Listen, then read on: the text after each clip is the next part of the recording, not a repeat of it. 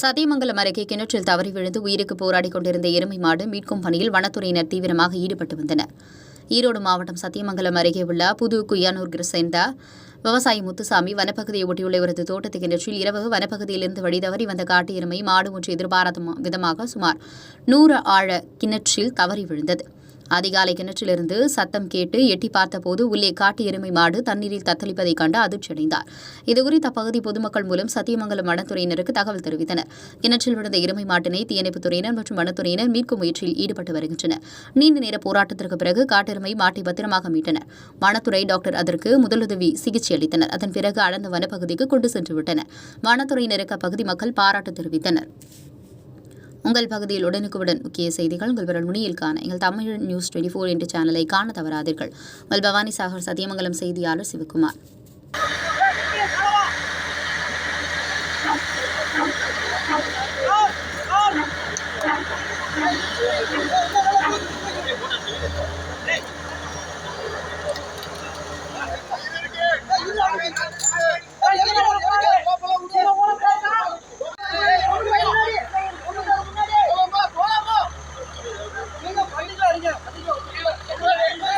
கொஞ்சம் அப்படியே தள்ளிக்கிங்க ஒரு நிமிஷம்.